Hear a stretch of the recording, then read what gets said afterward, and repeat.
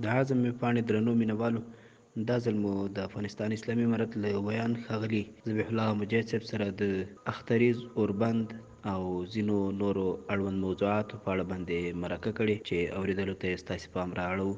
مجاهد صاحب محترم، د مرکې په پیل کې که راته ووایئ چې که څه هم تاسو هر کال په نااعلان شوې توګه اوربند کاوه، ولې مو دا ځل د دوهم ځل لپاره د اوربند علني اعلان وکړ او موخه مو څه وه؟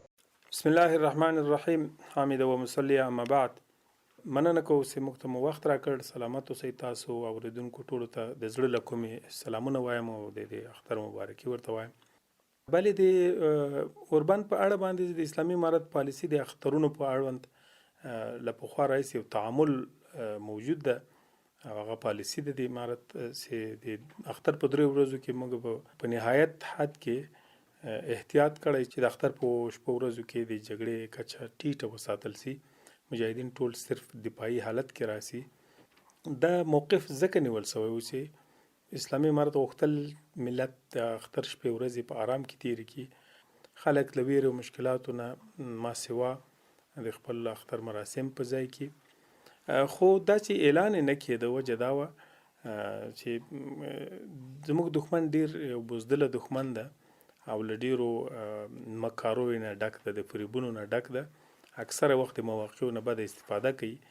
که اسلامي امارت انساني چلند کوي یا همدردي کوي له خپل ولس سره، هم دښمن هم د دوی پورې تړلې رسنۍ دغه نه پروپاګند جوړوي، دغه پسې تبلیغات کوي، د خلکو د ذهنیتونو د خرابېدو په خاطر ګټه ځینې اخلي. نو په دې خاطر موږ لازمه نه ګڼله چې هغه اعلان کو او امنیتي ملحوظات هم په نظر کې وو چې د امنیتي مشکلات سره به مجاهدین تبان مخ کېدل. نو ځکه موږ نه وغوښتل چې اعلان وکړو. او اوس اعلان سو وجه دا وه چې هسې خو اوربند کېږي. افغانان هم دې ته ډېر لیواله و چې اوربند په اعلان کې ورته ورسیږي او دوی مطمئن سي چې واقعا د اختر په شپو ورځو کې شی نسته او دوی مطمئن خپل مراسم ترسره کړي. او ځکه اوس مجاهدین قوي موقف کې دي. دښمن امنیتي پلوه ستونزه نشي ورته جوړولی. نو ځکه مو په دې مورد باندې خپل اعلان وکړ او اطمینان مو ورکړ خلکو ته او مجاهدینو ته مو لازمې لارښوونې وکړې. د دوهمې پوښتنې په توګه که راته ووایئ چې آیا د اوربند اعلان د ارګ لخوا د جګړې د تیزوالي د اعلان په غبرګون کې شوی او که د امریکایانو غوښتنه او یا هم ستاسو د مشرتابه خپلواک ابتکار او خوښه وه؟ باید په صراحت سره ووایو چې دا اوربند د هیچا د فشار په نتیجه کې نه ده رامنځته شوی، بلکې د اسلامي امارت خپل ابتکار ده. ما یادونه مخکې وکړه چې هر اختر کې موږ اوربند نه اعلان شوی اوربند درلود او داسې بیا په نور اخترونو کې موږ نه اعلانول. ما یادونه وکړه چې امنیتي پلوه موږ ډاډمن نه وو، دښمن د دسیسو نه استفاده کوله. بناء د امنیتي لحاظه لازمه نه لیدل کېده چې اعلان یې وشي. کنه دا هر اختر کې زموږ تعامل ده چې درې ورځې د هیوادوالو لپاره موږ جګړه بیخي صفر ته ټیټو او بل دا چې صرف مجاهدین دفاع کولی شي. او دا ځل چې بیا اعلان وسو دا د خپل ابتکار ده، د چا په وړاندې غبرګون هم نه ده. او ما یادونه وکړه چې زمینه دې ته مساعده ده چې مجاهدین په ښه موقعیت کې قرار لري، له امنیتي پلوه ډاډ موجود ده، ستونزې نشته، دښمن بد استفاده انشاءالله نشي ځینې کولی. ډېر محترم مجاهد صاحب، که څه هم ارګ په رسمي توګه د اوربند هرکلی کړی، خو ځینو ارګ ته وفادارو کړی اعلان د یوې دسیسې په توګه یاد کړ او ویې غندلو. ستاسو په اند اوربند ته ولې بېلابېل غبرګونونه ښودل شوي؟ د اوربند او په نتیجه کې د سولې لپاره د لارې هوارېدو ته هیڅوک هم باید خنډونه ایجاد نه کړي. اسلامي امارت غوښتنه دا ده په مکرر ډول مقابل جهت هم چې پرېږدي چې د دوحې د موافقتنامې سره سم پروسې په مخ لاړې شي او موږ دایمي سولې ته ورسوي، بین الافغاني مذاکرات شروع شي او دې لپاره د اعتماد فضا منځته راسي او هېواد ته د سولې د راتګ لپاره زمینه مساعده شي. که څوک دې دغسې اقداماتو چې هغه د بندیانو خلاصون ده، مثلا د اوربند منځته راتګ د که اعلان شده اوربند وي او که غیر اعلان شده، همداراز د مجاهدینو له خوا د جګړې د کچې ټیټ ساتل دي، همداسې په ښارونو په مهمو ځایونو د دښمن باندې حملې نه کول دي. دا ټول هغه مواقع دي چې موږ فرصت ورکړی چې باید سولې ته لاړ شو، امن ته لاړ شو او پرېږدو چې د بین الافغاني مذاکرات لپاره زمینه مساعده شي. ولې متاسفانه په مقابل جهاد کې دا ستونزه شته، هلته دا کړۍ شته چې د جنگ دوام غواړي. په دې خاطر د دوحې له توافقنامې راوروسته په مکرر ډول د توافقنامې د عملي کېدو په مخکې خنډونه ایجاد کړل چې تر اوسه پورې توافقنامې لومړی بند هم لا نه ده عملي سوی چې موږ دویم پړاو ته ورسئ چې بین الافغاني مذاکرات پیل سي. دا خنډونه د مقابل جهت متاسفانه ایجاد شوي دي. طبعا امریکایان په دې کې ژمنتیا لري، هغوی هم خپله ژمنتیا نه ده پوره کړې، ورسره د کابل ادارې هم باندې کړې ده. بل د کابل ادارې له خوا نه د جنگ اعلان په خپله د دې معنا درلوده چې هلته داسې کړۍ شته چې لا هم د جنگ دوام غواړي او موږ داسې حد سوی چې ځینې هغه شر غوښتونکې کړۍ چې د کابل ادارې په مهمو پوستونو کې اوس راغلي دي، هغوی د جنگ په دوران کې رشد کړی، د جنگ نه پیسې پیدا کړي، د جنگ نه ارګا او بارګا پیدا کړي، نوم پیدا کړي، موقف پیدا کړي. هغوی غواړي چې د جنگ دوام وکړي، د دوی هم ګټې روانې وي. په همدې خاطر د هغو د اصرار په نتیجه کې زموږ فکر کوو او د هغو د ټینګار په وجه کېدای شي د جنگ اعلان هم دوی وکړي، د جنگ د دوام اعلان چې دا ډېر دروند دوی ته تمامېږي. اسلامي امارت لکه څرنګه چې په سیاسي برخه کې وړتیا ښودلې ده، موافقت یې لاسته راوړی، په نظامي برخه کې موافقت را لاسته راوړی. ټول افغانان شاهدان دي، ټوله نړۍ شاهده ده چې په نظامي برخه کې موږ د یو لوی ابرځواک سره جګړه وکړه، 20 کاله جګړه، داسې غیر متوازنه جګړه چې هیڅ د عقل او د درک وړ نه ده، د مقایسوي لحاظه بالکل د مقایسې وړ نه ده. نو بناً موږ ویلی شو چې موږ له جګړې ستړي نه یو، مقابل جهت باید د موږ له انعطافاتو نه زموږ د سولې غوښتنې له دریځه سو استفاده ونه کړي، فکر ونه کړي که دوی جګړه اعلان کړي نو موږ به ورته تسلیمېږو، موږ به په ډېر قوت سره ځواب ورکړو لکه چې ورم کړه. او بیا دوی د جګړې اعلان اصل د خلکو د ولس په ضد اعلان، تاسې ولیدل چې کله دوی جګړه اعلانوي ځي کلینیکونه بمباري، مسجد بمباري. دښمن باید د جنگ طلبۍ له پالیسۍ را وګرځي، واقعیتونه درک کړي او نور پرېږدي چې افغانان د سولې مخ وګوري، اشغال پای ته ورسېږي او اسلامي نظام راسي. د اوربند له اعلان او د خلیلزاد له ټینګار وروسته اشرف غني نن ویلي و چې ډېر زر به د طالبانو 4000 پاتې بندیان چې له بین الافغاني مذاکرات نه وړاندې باید خوشي شي، خو هغه ویلي و چې طالبان هم باید ورته اقدام وکړي او د حکومت بندیان خوشي کړي. که د بندیانو د خلاصون پروسه پیل شوه، د اوربند د تمدید امکان ورسره شته که نه؟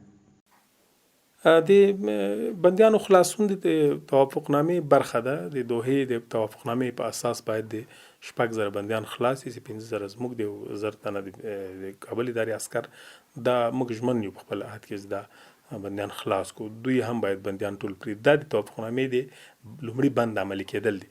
موږ په خپل دوم بند ته رسېږي چې بین الافغاني مذاکرات شروع کیږي. په بین الافغاني مذاکراتو کې په اوربند باندې بحث کول هم یو منل شوی اصل ده.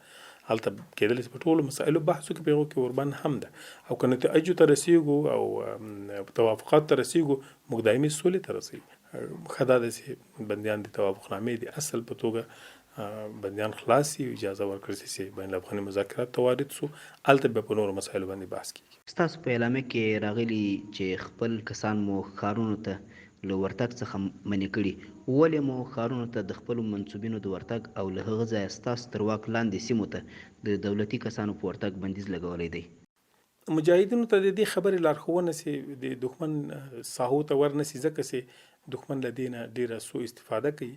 تیر ځل هم داسې څه وشول چې زموږ مجاهدین ښاریاتو ته ورغلل، ځینو داسې ساحو ته ورسېد د دښمن تر کنټرول لاندې وي. دوی بیا ډېر سوء استفاده او پروپاګند وکړه. تا یوه میاشت د دوی پروپاګند په هغه برخه کې دوام درلود. کله یې ویلې چې هغه مجاهدین چې ښاریاتو ته راغلي بېرته نه دي تللي، هغوی ستړي شوي دي له جنګه، هغوی مایوسه شوي دي. یعنې داسې تهمتونه په جهادي صف باندې پورې کول چې هغه د جهادي صف سره وړ او مناسب نه وو. او د دښمن عسکر او د دوی نظامیان یا د دوی افراد د موږ سیمو ته ځکه ممنوع دي چې دښمن لا هم مکار ده، لا هم استخباراتي هڅې جاري ساتي، لا هم د کوریکي اخیستل، د خلکو معلومات کول او بیا د هغو په اساس باندې خلک ځورول یا ځینې اهداف په نښه کول. د دې خطر جدي و او موږ داسې معلومات هم لرل له خپلو استخباراتي منابعو نه چې دښمن د دسیسو په لټه کې ده. نو بنا موږ وغوښتل چې باید د اوربند داسې په عملي شي چې هر طرف په خپل خپل ځای پاتې شي ځواکونه او یو د بل ساحو ته داخل نه شي، څو دغه منفي عواقب چې لري یا جانبي عوارض چې لري د هغو نه جلوګیري شوې وي او د سوء استفادې موقع چاته په لاس ورنسي. د وروستۍ او د پای د پوښتنې په توګه که راته ووایي چې افغان ولس په تېره بیا د طالبانو حکومت او نورو ډلو ټپلو پلویانو ته مو پیغام څه دی؟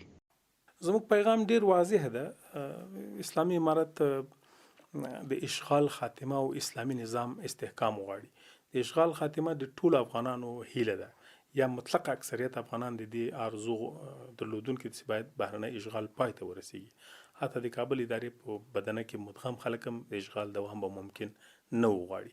یو تعداد کم خلک ما مخکې یادونه وکړه چې جګړه کې رشد کړی، په جګړه کې سرمایه‌دار شوي دي، په جګړه کې نوم پیدا کړ، په جګړه کې مطرح شول، هغوی به شاید د اشغال موجودیت وغواړي، دوام به وغواړي. لکه څنګه چې ځینې وویل په خپلو خبرو کې چې دوی د امریکې سره درېدلي دي، نتیجه پوخ سرک ده. یعنې دوی چې د پوخ سرک او یو ځینو مادي ګټو لپاره د امریکې غلامي منلې وه، ممکن هغوی بیا هم وغواړي چې د امریکا اشغال دوام وکړي. ولې اکثریت ملت د دې اشغال نه رنځ وړي، د اشغال ته د بیګانه تجاوز په سترګه ګوري او د یو اشغال په سترګه ورته ګوري، مقابله ورسره کوي، جګړه یې ورسره جاري ساتلې ده. نو بنا د ټول ملت غوښتنه ده چې اشغال پای ته ورسیږي او بیا غږ کوو په ټولو او خلکو چې د اشغال سره په څنګ کې د پاتې شوي دي او یا د هغو په څنګ کې رشد کړی چې باید دغه پالیسي نه تیر سي، د اشغال په دوام باندې ټینګار کوي او یا د اشغالګرو موخو د تطبیق لپاره په هیواد کې هڅه کوي. دومره غوښتنه مو د هیوادوالو نه ده چې د اسلامي نظام حاکمیت د ټولو ارزو ده. کله چې اشغال پای ته رسیږي زموږ مبارزه او جهاد د اسلامي نظام د جوړېدو لپاره و. که چیرې اسلامي نظام په نیت کې نه وي، بیا د اشغالګرو سره جنګ مفهوم نه لري. هر تجاوزګر سره زموږ جهاد کړی ده، هدف دا و چې هیواد آزاد شي، اسلامي نظام نتیجه کې لاسته راسي. اوس هم د اشغال خاتمه لزان سره لازمه ده چې باید اسلامي نظام راسي. د اسلامي نظام سره که څوک مخالفت لري، د ټول زموږ غوښتنه ده چې ګورو د اسلامي نظام راتګ د افغانستان د خلکو غوښتنه ده، او که دې سره څوک مخالفت کې درېږي نو نتیجه ډیره واضح ده. کمونستان په ډیر قوت دلته د هیواد ټوله اردو یرغمل کړه، بهرنی ځواک هم ورسره سو، د شوروي اتحاد ټکنالوژي هم ورسره سوه، ماتې وخوړه.